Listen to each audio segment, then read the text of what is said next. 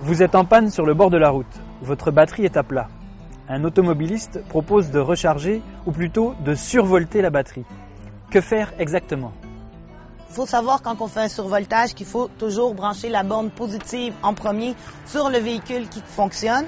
Donc on branche la borne positive sur le plus de la batterie, qui sont souvent indiqués avec une capote rouge ou quelque chose comme ça. Et le négatif, on le branche ensuite, mais on essaie d'éviter la batterie et plutôt aller sur une mise à la masse du véhicule, qui peut être un morceau de châssis ou un support à moteur. La raison pour laquelle on suggère de le brancher à la mise à la masse du véhicule ou une composante qui fait la masse du véhicule, c'est pour des raisons de sécurité et pour éviter bien sûr l'étincelle.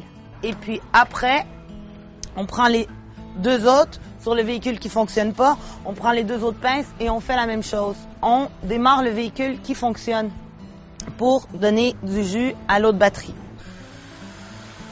On attend un petit peu pour donner une chance à la batterie de recevoir la charge et ensuite on démarre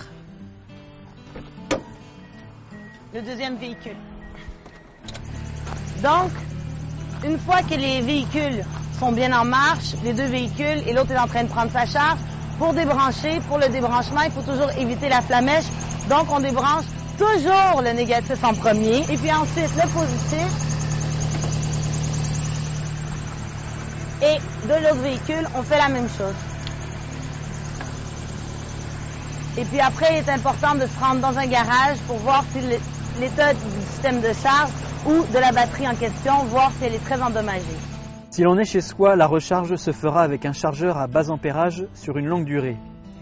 Une remarque importante, le survoltage d'une batterie peut aussi être fait à l'aide d'un booster pack. C'est un outil efficace pour survolter une batterie et faire démarrer sa voiture sans l'aide de qui que ce soit.